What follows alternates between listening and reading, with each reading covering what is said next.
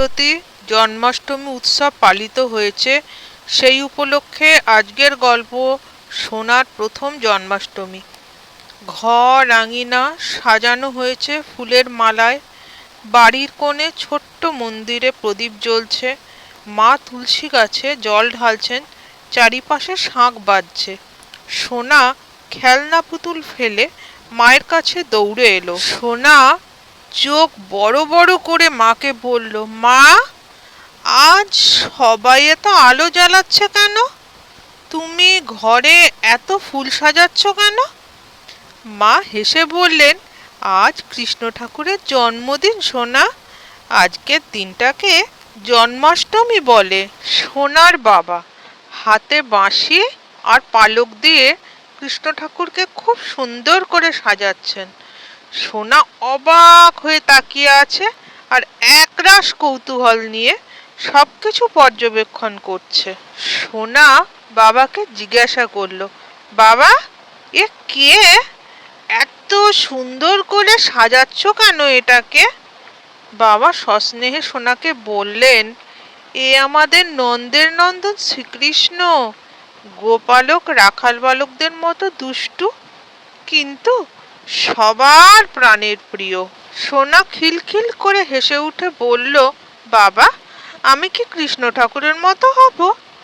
সবাই হা হা করে হেসে উঠল সোনার কথা শুনে। ঠাকুরদা সোনাকে কোলে নিয়ে উঠোনের একপাশে বসালেন।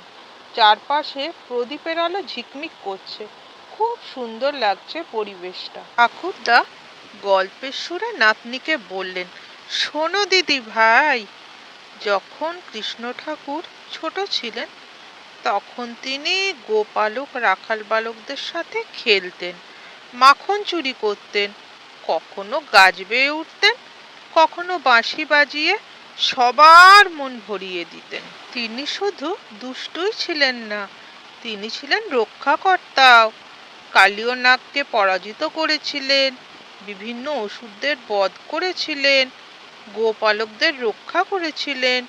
দুষ্টু কংস রাজা তাকে মেরে তার হাত থেকে ব্রজবাসীদের রক্ষা করেছিলেন। সোনা অবাক বিস্ময় চোখে তাকিয়ে দাদুকে জিজ্ঞাসা করলো, দাদু, তাহলে কৃষ্ণ ঠাকুর কি আমার মতো ছোট্ট ছিল?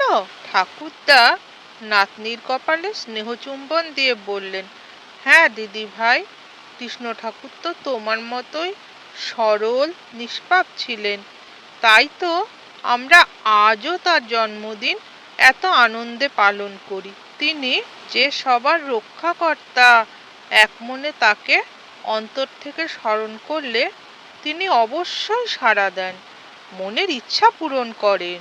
দাদুন, তুমি আমাকে ওই কৃষ্ণ ঠাকুরের গল্পগুলো শোনাবে গো? আমার খুব ভাল লাগে গল্প শুনতে। হ্যাঁ দিদি ভাই, অবশ্যই তোমাকে সব গল্প বলবো। রাখে হরি, মারে কে?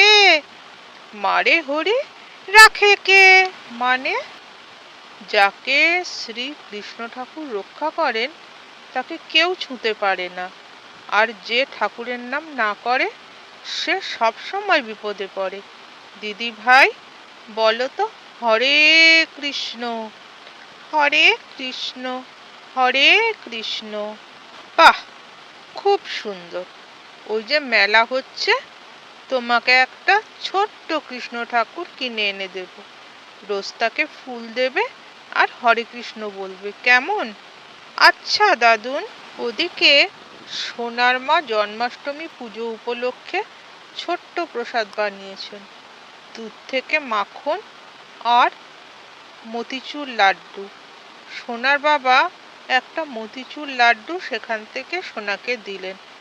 বাবা সোনাকে বললেন, এই নাও মা, প্রসাদ খাও, এটা কৃষ্ণ ঠাকুরের প্রিয় প্রসাদ।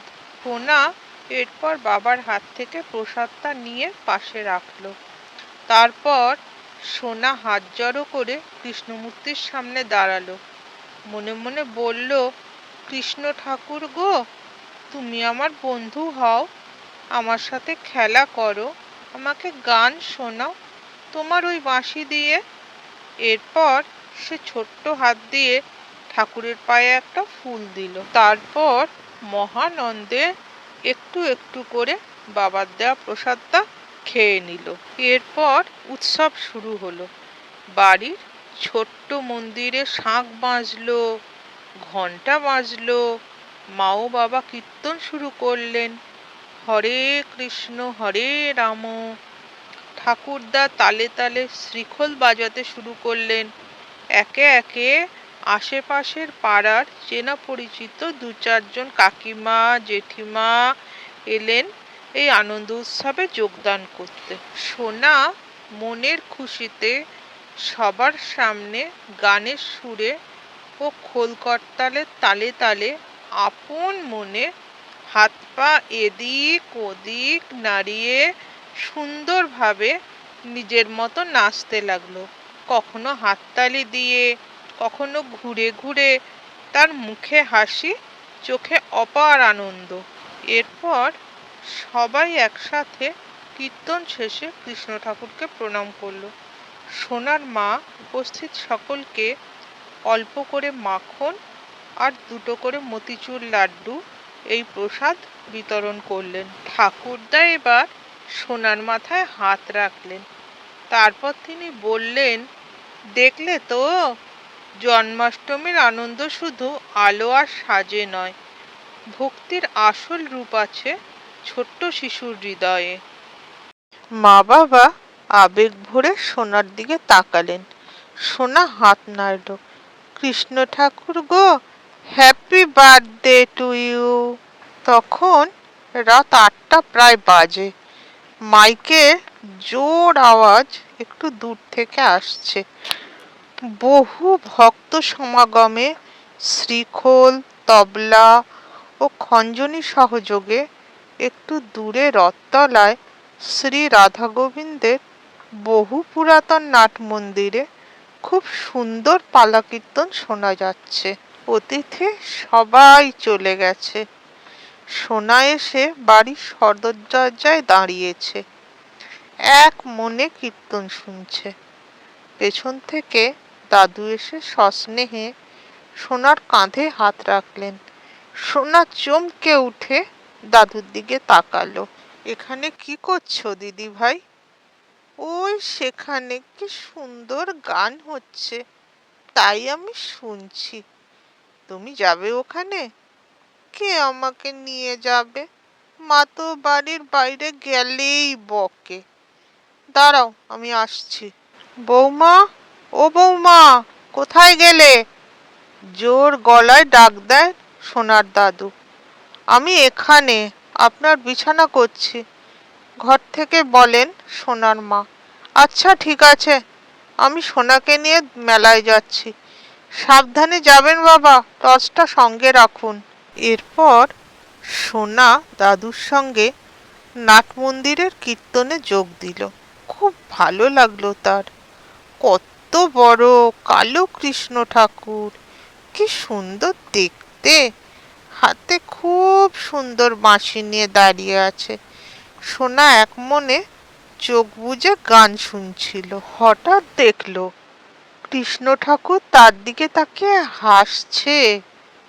মনে হলো যেন কানে কানে এসে বলল, এই সোনা, কাউকে বলো না, আমি তোমার বন্ধু হলাম আজ থেকে। রোজ আমাকে সাদা ফুল দিও তোমাদের বাড়ির গাছের, কেমন? এরপর সোনা চোখ খুলে অবাক হয়ে গেল। কৃষ্ণ ঠাকুর যেন সত্যি তার দিকে তাকিয়ে হাসছে। একটু পরে বাড়ি ফেরার সময় খুব সুন্দর একটা মাটির তৈরি কৃষ্ণ ঠাকুর কিনে নিয়ে দাদুর সাথে বাড়ি ফিরে এলো সোনা। জন্মাষ্টমীর সত্যিকারের আনন্দ খুঁজে পাওয়া যায় শিশুর সরল মনের ভক্তি আর পরিবারের একতায়। কলমে জয়দীপা। শুভ জন্মাষ্টমী 2025।